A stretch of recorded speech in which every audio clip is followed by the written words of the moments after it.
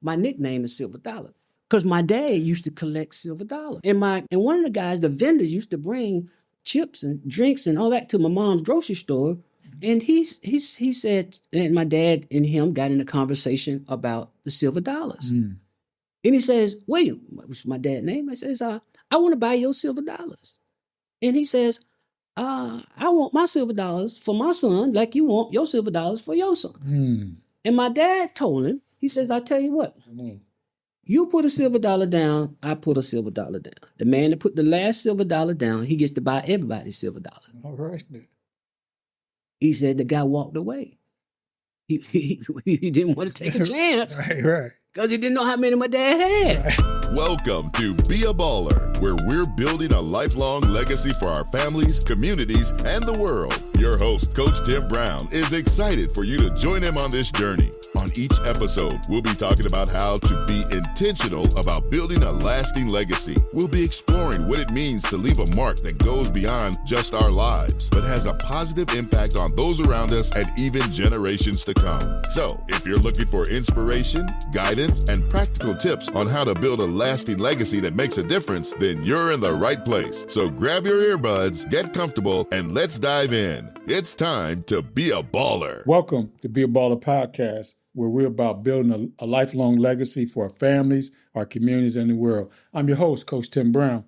Today, I'm excited to have with me from the Marine Corps to Ohio State University, David E. Harris has spent his life building legacy through service, leadership, and community impact.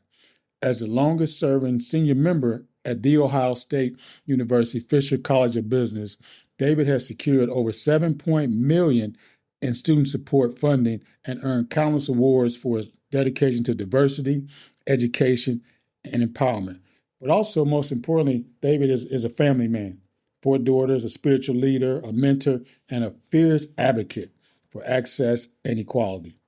Join us as we explore this Valdosta native, Gulf War vet, and lifelong mentor in shaping futures and breaking barriers, one student, one program, and one legacy at a time. So, David, Mr. Harrison, welcome to the show. Well, thank you, Coach. Yeah, it's excited. a deep privilege and honor to be with you today. Yeah, take me back to you shared off air some stories about your football days down at Valdosta. Valdosta, Georgia. Yes, in the deep South. I know. About 15, 20 miles from the Florida line in South Georgia, South Central Georgia. Recognized as one of the winningest, if not the winningest high school football team in the United States. And had the honor and privilege to be a part of that Valdosta High School winning tradition, served on the captain of the football team and captain wrestling team. I wasn't the biggest, wasn't the fastest, wasn't the strongest, but I believe it was my spirit and my heart and my tenacity recognized me among my peers as one of the best to play the game during that period. So excited. Was on the 1978 state championship team. Went undefeated our senior year, lost in playoffs, but really just a wonderful opportunity to serve on both football and wrestling teams as captain. So Now you shared with me a story about how Massillon and you guys 1 and 2, and you actually your team drove all the way to play Valdosta drove all the way to Ohio to play Massillon High School. They were ranked number 3 all-time wins. We were number 1 all-time wins. This is a couple years ago.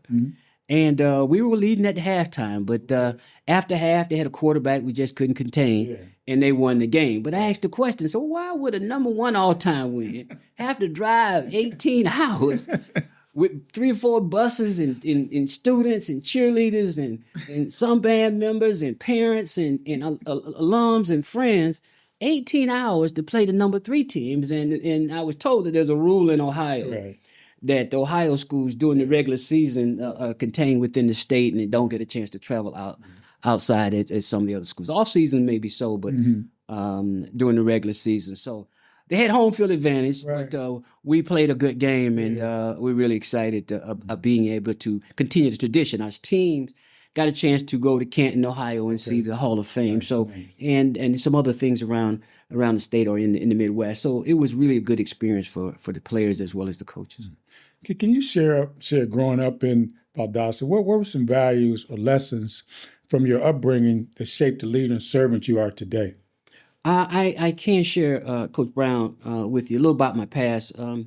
I was adopted. I was born originally in Lumberton, North Carolina, and about 11 months after birth, I was adopted. I was adopted by a family that lived in Philadelphia, the church community in Lumberton. It was a teenage mother. She had already had one child before me and my older sister, and became expectant again for the third child. And it was just best that she said that she just was too much to have a son at that time in the relationship that she was in. And so members of the church said, we know a family of Philadelphia who would love to have David, and they adopted me at 11 months old. We relocated and with my adopted family to Philadelphia. So the first 5 years of life, I lived in Philadelphia, North Philly. That's a tough area. Oh, yeah. But my adopted family owned some real estate, and owned a grocery store, etc. Invited my mother and my siblings to come to Philadelphia rent-free as long as they lived, to stay in Philadelphia. And so I had a chance to see my biological mother in addition to my adopted mother and family on a regular basis. And so, after about 5 years in Philadelphia, we moved to a warmer climate. My adopted mother became ill, and we moved to a warmer climate, South Georgia, Valdosta, Georgia. So I grew up, went to elementary school, went to middle school, high school in Valdosta. After Valdosta, I went into the Marine. I went to North Carolina A&T State University undergrad in HBCU. Then went into the Marine Corps, and then came to Ohio State for graduate school. But when my mother, who adopted me at fourth grade, 9 years old, she passed away. And so I was raised by a single parent, but as many sometimes have a story that it's usually the mother, it was the father. Wow. A single parent father who raised me. He was a construction worker, and he taught me to be disciplined. He taught me to be organized. He was a foreman of the construction site. So during our story in our conversation today, I'll tell a little bit more about my dad who raised me well. He relocated to Columbus before he passed away, Columbus, Ohio. He passed away at 99 years old. Wow. And he lived independently, had his garden in his backyard, and shed a lot of wisdom during that time that he was with us. Yeah. Share, well, I don't want to get off of that. You got to share some of that wisdom, some of that dad wisdom with the audience. Yes. Well, I mean, one of the things about it is my responsibility. He had a third grade education, although he was a foreman of a construction site. He was just that well-to-do and versed in the construction industry. My assignment, I had to shine his shoes and shine my shoes each week, right? I had a weekly allowance, $10 a week. And I had to shine his shoes, my shoes, keep the house clean, do my homework, make sure I gave good grades. And I would pay the finances, the bills. So I would write the check out, even at a young age, elementary school, middle school, high school. I would pay the bills through the funds that he had deposited in accounts. And so that everybody had an assignment. Everybody had discipline. Everybody had responsibilities. And so I was taught early in life about the importance of taking care of business. Amen. You know, you've been blessed, you and your wife. Tomorrow have been married for over 37 years. That's correct. And they raised 4 wonderful daughters. How has your family been part of your journey in service, leadership, and legacy? Well, I was blessed to have 4 daughters, and each one of them understood the importance of education, right? You've met them when they were growing up. Yes. Your children got a chance to, I think, play sports with several of them and do soccer and track, et cetera. And so they understood the importance of doing well in school and setting their goals high, right? The late Benjamin Mays, Elijah Mays of Morehouse College said, we fail not because we don't reach our goals. We fail because we don't set high enough goals to reach. Setting high goals. And so we encourage our daughters to set high goals. All have masters or PhDs. All have doing very well. And we're really excited about them. I met my wife, actually, who's a scholar herself at North Carolina A&T in the cafeteria. There you go. And so she transferred from North Carolina, actually University of North Carolina in Chapel Hill to Greensboro, North Carolina A&T, her sophomore year, and beginning her junior year, I should say. And I tell her, I said, you left Chapel Hill. Worthy, Perkins, Jordan, all of was at Chapel Hill. I said, you left them in North Carolina, Chapel Hill to come to A&T where I was at, right? And so, but I met her in the cafeteria, and I asked her, could I have lunch with her? She came through the door, and she says yes. And 37 years, we dated 5 years, so 42 years we've been together. And so I really just blessed to have Tamara, my wife, with me over these years. Yeah, what a story! What a story! The cafeteria, huh? Yeah. Now that lunch was it in the cafeteria? Did you take her to lunch? Well, the lunch was in the cafeteria. In fact, I have a story for it. She probably won't me tell her the story. She says it didn't go like that, but she came. She was coming in the line. I was standing in the line with my roommate, and I saw her came through the door. I said, "Man, I'll catch you later." So I saw the young lady walk through the line. So I followed over the line and said, "Can I have lunch with you?" She says, "Yes, you can." Right, so we got in the line, and they were serving. It was on the hot side. They had a cold side, the hot side, on the hot side, but it was steamed up. And so she said, "Miss Williams, what's in the menu for the day?" And I said, my smart self, I said, "David's the menu for the day." Right? Oh, watch out! She says, "You're right." She said, "Miss Williams, what's for lunch for the day?" And she says, "He says David is lunch for the day." She said, "Well, give me some David." And so, I've been working hard trying to give her all. And she said it didn't even go like that. I said, that's how I recall it. But that's really how we met there, and really how A&T really provided opportunity for us to learn and to grow and to reach our fullest potential. Amen. Amen. I know faith is important to you, and your faith and your service at New Salem Missionary Baptist Church, where you're chairman of the deacon board. Can you share on how faith has guided your decisions and sustained you over the years? Yeah, and I'm under the leadership. My father was a deacon. When he relocated to Columbus, he served in the deacon ministry with us at New Salem under the leadership of Reverend Dr. Keith A. Troy, who's a Morehouse person. So spent some time from Warren, Ohio, and moved to some time down in Georgia at Morehouse himself before going to Rochester for grad school and itself in theological studies. But under his leadership, we've been able to grow and reach our potential. I've served as chairman of our deacon's ministry some 16 plus years now, and we have a wonderful ministry, some 16 brothers. All are leaders in their community, all are leaders in their family, all are driven and charged by the Lord Most High to reach their fullest potential and to do their best. And so when you're around good brothers, right, like-minded brothers who want to do well, who want to make their family proud, who wants to make their community proud, that's what we're motivated by, right? Reaching our best. None of us are perfect, but we strive for perfection each day. We pray, we read our scriptures, and we be the best men that we can be. Amen. You started your Ohio State journey back in 1987 with the Minority Scholars Program. That's right. Under the late Dr. Frank Hale Jr. How did Dr. Hale's mentorship influence your career and passion for advancing opportunities for others? I think Dr. Hale said he saw leadership in me, and he saw my tenacity.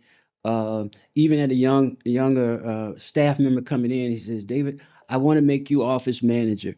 And so we were housed in Lincoln Tower, the 10th floor of Lincoln Tower. We had multiple floors at 5th floor, 10th floor, and maybe another floor also. But he wanted to make me office manager, like supplies and the copy machine, and make sure things were taken care of, make sure that the staff, the offices were open in the morning and people were answering the phones and did the scheduling for front desk duties and all those kinds of things. And so he says, "David, you're on time." And so you're going to encourage others to be on time. He said, "They might fuss about it, but don't worry about it." He says, "You just make sure that you keep them and have the office and everything running tight." And so that's what we did. And he said he was excited about it. The late Dr. Hale, who was a mentor of mine, had a book called Angels Watching Over Me. And in his book, he spoke of the leadership that I, at even my young age, was able to provide for him. So I started with him in 1987. I started at the university as a grad student in 86. And so I worked under Dr. Max Stewart, and I got a chance to come to the university with funding. When I left the Marine Corps and came to Ohio State for grad school, most of the funding had been exhausted. I applied rather late in the process. And I had a fraternity brother that members of my fraternity says, when you get to Ohio State University, which is the 10th chapter of Alpha Phi Alpha fraternity, founded 10th chapter, meet with Dr. Nick Nelson, William E. Nelson. He is the chairman of the Black Studies Department, and he's also a full professor there and full professor in the Department of Political Science. Meet Dr. Nelson when you come from North Carolina and you come up to Ohio State University. One of the first people you need to meet is Dr. Nick Nelson. So I met him, and we sat down and talked. He said, "David, I'm very impressed with you, son." "Young man, I am. I'm very impressed with you." He says, "What?" He says, it's kind of late now for funding. He says, "What are you going to do?" I said, "I got a loan that I've applied to Dr. Nelson." He says, "I tell you what, I'm opening up a facilities on Mount Vernon, Community Resource Center on Mount Vernon Avenue. And you and I got 3 or 4 other students, graduate students, working on their master's degree and PhDs. He says, I want you to work there." He says, I applied for a grant. He says, if the grant don't come through, you just take the loan and we see can I get you through the first year. He said, but if the loan comes through, we're going to tear up those loan papers and we got you funding for your first year. And sure enough, the grant came through. And Dr. Nelson and Dr. Upton and Sister Robinson over at Mount Vernon's Black Studies Extension Center gave me an opportunity to get on my feet. And while I was doing some of those research in the community is what he was charging me to do, Dr. Hale met me at one of the committees and said, you got some nice reports there, young man. It was typewriting then. We were printing off it. We was typewriting, had a little ink, the white out on the, you back it up, you hit a couple keys and correct something. And he said, but your reports are so tight. And he says, I tell you what, I need you to come on my staff full time and be a recruiter. I want you to be the Columbus and Franklin County recruiter, high school. There were some 40 high schools, public, parochial, private high schools in the area, suburban schools included, some 40 schools. And so I had to do like 2 in the morning to 2 in the afternoon when doing recruitment season. And so that's how it started in 1987 under Dr. Hale in the Black Studies, in the Office of Minority Affairs at that time. And Max Stewart over in University College actually gave me an appointment also in the interim and helped us out as an academic advisor. And then in 93, I started in Fisher. Wow, that's a great story. Over your career, you secured more than $7.5 million in grants for scholarships, fellowships, and programming. What drives your dedication to create access and opportunities for students? I think I've heard in my story, others have encouraged me. When I was in church growing up, my mom passed. The other deaconess and the other sisters and the brothers of the church were able to give what resource they have. I had more friends that I had from the community, and they probably called me son and daughters, their parents, because I was always over their house eating and playing basketball in their backyard because I was growing up as a sibling by myself. And so what gave me the motivation and courage to help others is because others helped me. C.H. Mitchell, the late chairman of the Sunday school superintendent down in Valdosta, Georgia, had me when I was in high school. Said, David, we want to be assistant Sunday school superintendent. Right now. I said, that's too much weight for me. Title, Deacon Mitchell, I said, that's too much for me. He said, no. I said, do I have to be the assistant superintendent? Why can't I just be a helper? He said, no, I got to give you a title so people will do what you say do. And so I would help pull papers together and materials so that we have a good Sunday school class. And he would be the chairman of the Sunday school. And he had a barbecue stand, C.H. Mitchell Barbecue down in Valdosta, Georgia. Man, you talking about some good barbecue. And after school, middle school and high school, I would go by and he would teach me how to barbecue. And I would wash dishes and have a little fun there until my dad got home from the construction site. And then he would pick me up or I would ride my bike on home after he got home. So, but it was those kinds of people who helped me and encouraged me to do well as I was growing up and as I was preparing for life also. So giving back and making a contribution. So the $7 million through grants that we raised helped others go to school. Some 300 students in my office. I've been in Fisher for 32 years now, from 93 to date. And we have 6 to 7 to 8 grad students per year that work in our office. Many of them receive funds through grants over the years. So they got their master's degrees and got MBAs and master's accounting, master's finance, master's in human resource degrees in business over those years by doing service and working in the office, right? And they got half tuition or all of their tuition covered.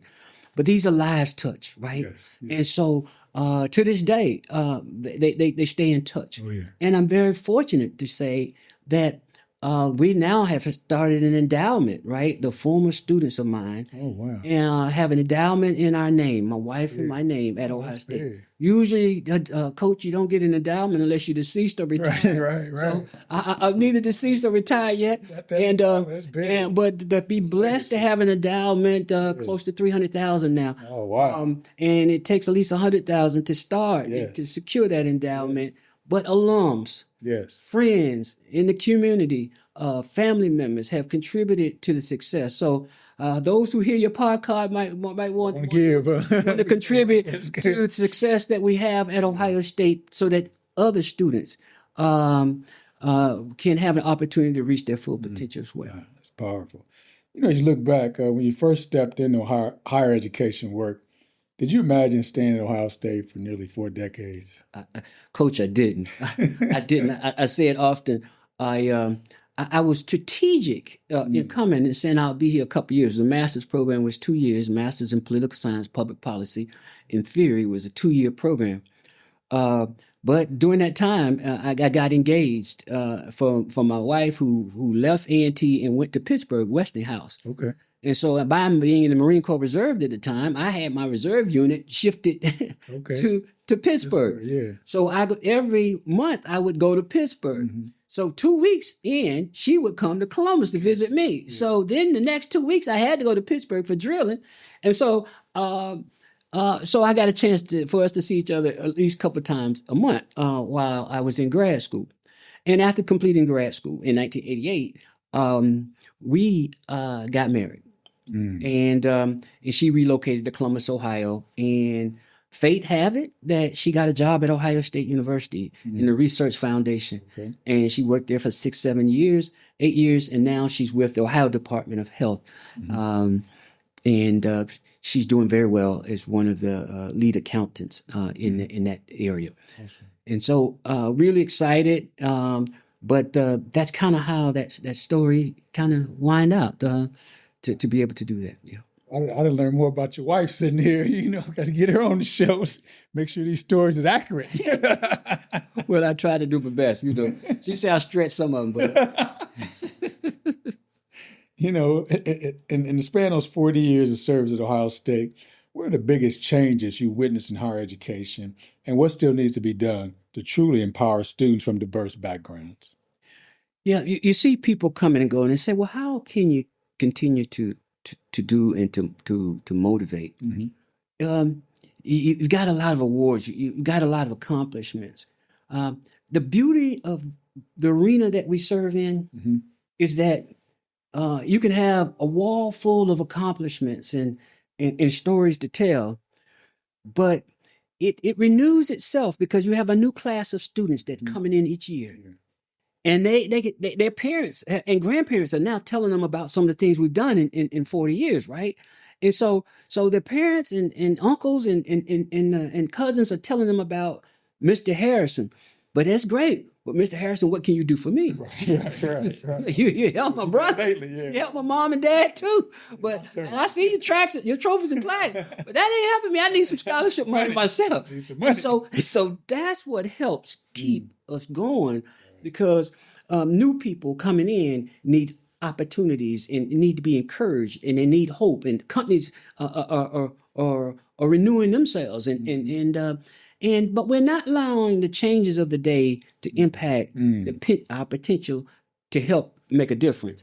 We've had to do a lot of changes. We've had to broaden our net and cast our net wider, and we've had to redevelop and restructure and re-strategize.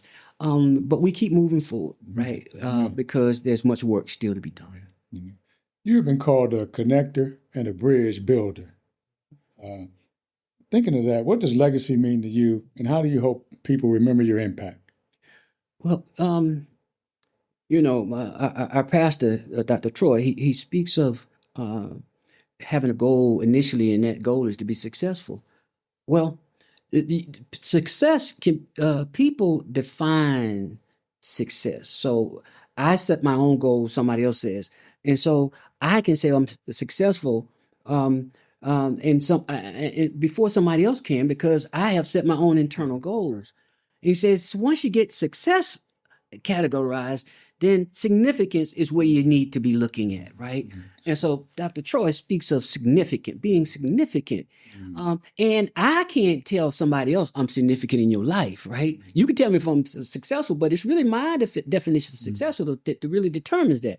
But it's your definition of significance. I can say I'm significant to you. You can tell me if I'm significant or not.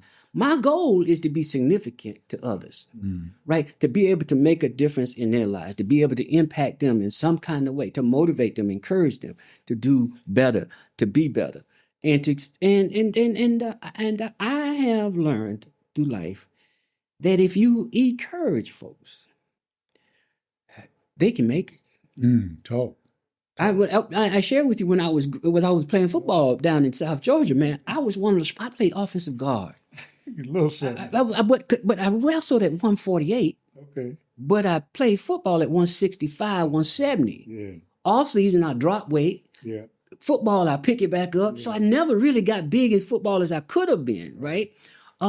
And because I was losing for wrestling, I was breaking down, my weight back down. And so, but what I could do is I could make the big lineman, man, that was 200, 250. I would make them knock down a wall. I could make the dudes on defense because I was motivating. Right. Man, even when I went to the Marine Corps, man, I called cadence, man. I was drill sergeant. We could run all day long, brother. Because we were, you had that spirit in you, man. Yeah, that's it. And that spirit to call cadence, and that spirit to motivate people and encourage them, and they run all day and never get tired, man. And so that's what we did down in South Georgia, man, on those dirt roads. We would motivate each other, man, to reach our fullest potential and try to win all the championships we could win. That's good. So we're going to start adding the word the motivator to you. We're going to add that to your title. This is a podcast. A lot of young professionals, students, community leaders listen to this podcast. What advice would you give them about building a legacy that outlives them? Is to look at what resources are available around you, right? And it's all in context, right? What some people need is a bucket full of resources. If I just have a cup full of resources, it's how you manage, how you discipline yourself to do that what you really need, and it grows. I gotta believe that my faith is if I can take one step in the right direction, I serve, right, a God that will help me make the second and the third. And I think if I use the little resources I have, He replenishes those resources, right? The God that I believe in. The scriptures, the old folks used to say, I was young, now I'm old, but I've never seen. Right? The righteous forsaken or their seed beggeth bread. I don't remember begging. Man, I'm going to tell you, we lived on the dirt road growing up. My dad was a construction worker. My dad said, I always want for you what the other man wants for his son. And so, my nickname is Silver Dollar. And so, because my dad used to collect silver dollars. There's a story behind that one. It is. And my mom, I told you, she passed away, but before she did, she had a little grocery store down in Georgia. Yeah. And one of the guys, the vendors, used to bring chips and drinks and all that to my mom's grocery store, was a gentleman. And he was a white guy. And he said, and my dad and him got in a conversation about the silver dollars. And he says, William, which is my dad's name, I says, I want to buy your silver dollars. And he says, I want my silver dollars for my son like you want your silver dollars for your son. And my dad told him, he says, I'll tell you what, you put a silver dollar down, I put a silver dollar down. The man that put the last silver dollar down, he gets to buy everybody's silver dollar. All right. He said the guy walked away. He didn't want to take a chance. Right. Because he didn't know how many my dad had. Right. Wow. And he didn't know how many resources my dad had to buy all of his silver. He wanted to buy my dad's sake. And so that's the story of if you just do a little bit. Come on. Oh man, my dad. I just want one additional story to tell you about my dad. My dad lived on Hudson Street, and on Hudson Street, my dad brought his skills from down south, and he would have vegetables planted in his backyard on Hudson Street, man. He would have sweet potatoes, collard greens. He would have turnips. He would have kale. Come on. And right? And peanuts. Sweet potatoes on Hudson Street, man. And right, Hudson Street. And so he would have so many till he put some on a table in the front. But so people come by and say, hey, Mr. Harrison, can I get some collard greens? Get you a few of them now. Don't get them all. Just get a few. Like somebody else might want some. And we'd be giving people collard greens just to have conversation with them. Yeah. And so I grow greens also and teach people greens and all that kind of things about growing and all that kind of things. I tell them about the seeds. When you grow collard greens, right, don't cut the stem all the way off. Pull the leaves off of them, and it's still going to be growing from the root up. But it'll grow a long stem up, and it have branches on it, and those will be seeds, pods, little tiny pods, like the mustard seed. A collard green seed is real small. But they eventually dry up and fall off. But you got to catch them before they fall off or before the birds or something come and get the collard green seeds. But if you have one season, for 20 years, you could be eating collard greens because they produce their own seed. Wow. Oh, man, that's a story. That's good. See, people know about fishing, show them how to fish, teach them how to fish. They can fish for life, but show them how to plant. You won't go hungry, man. And you see what I drive, man. I drive a pickup truck, man. right. Man, I'm gonna always be able to make it, man.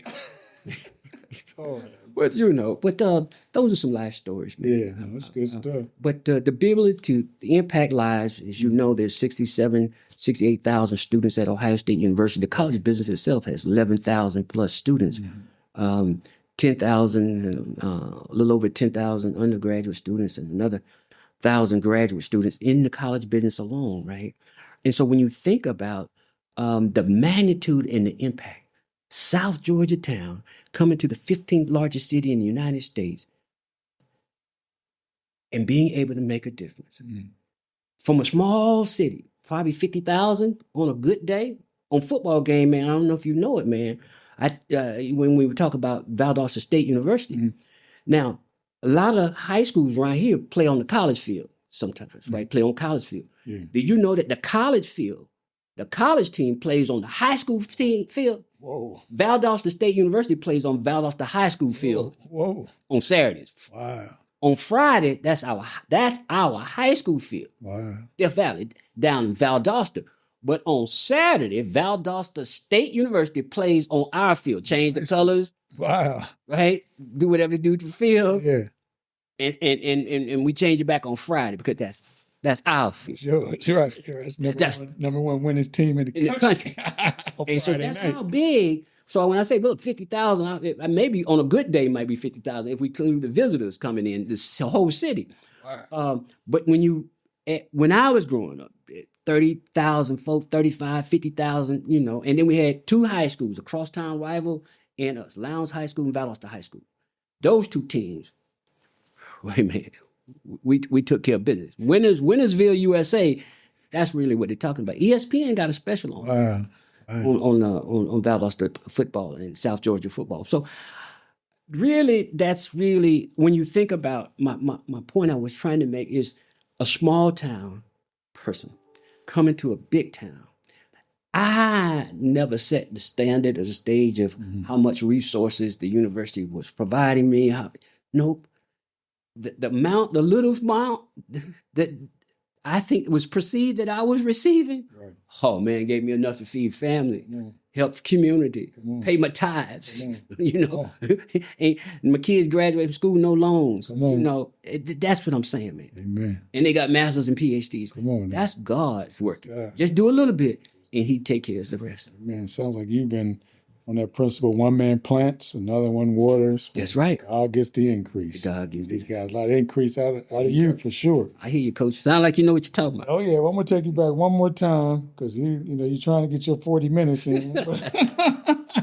It's been an honor and pleasure, man, just to share with. As we go back, can you give some advice to your younger self?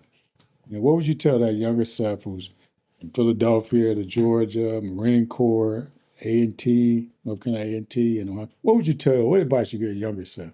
Take me back to young David. Oh man.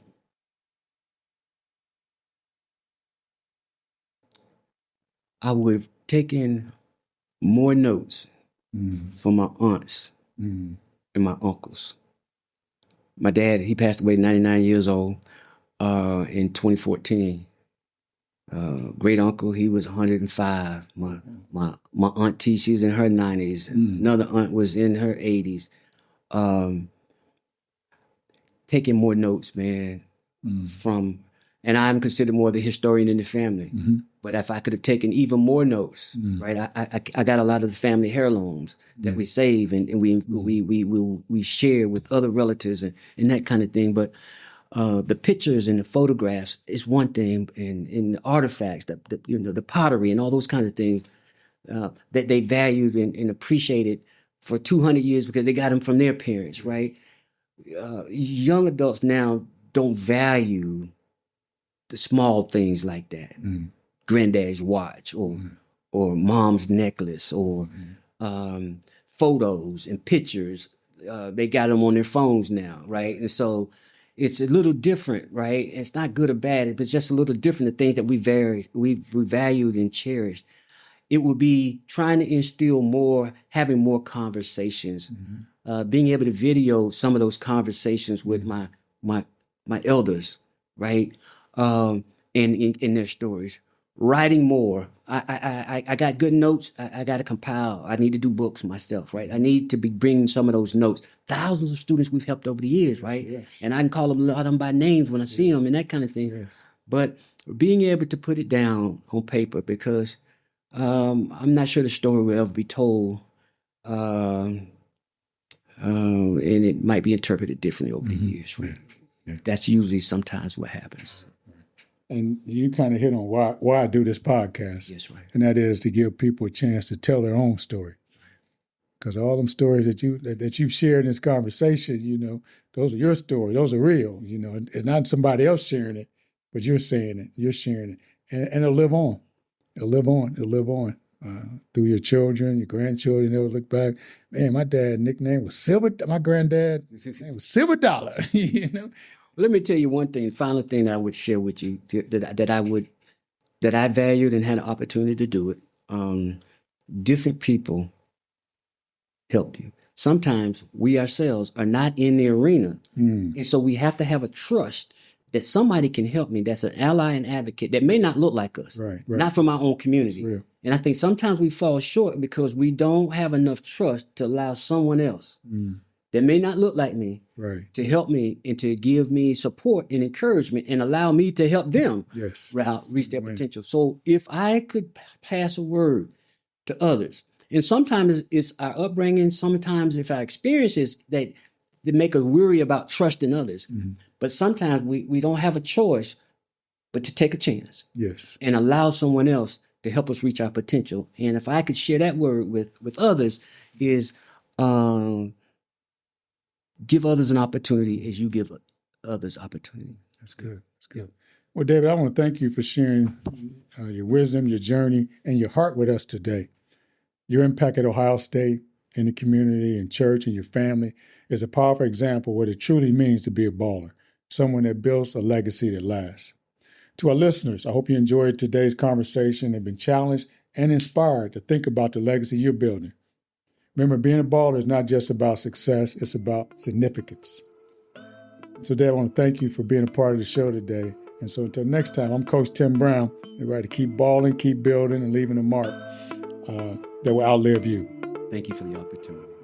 If you've enjoyed this episode, please share it with family and friends. The Be a Baller podcast is available on all major podcast platforms. This podcast was created by Coach Tim Brown and recorded and edited by the video production class of Worthington Christian High School. Be sure to come back next week as we continue to discuss on how to build a lifelong legacy. Until then, don't forget to be a baller.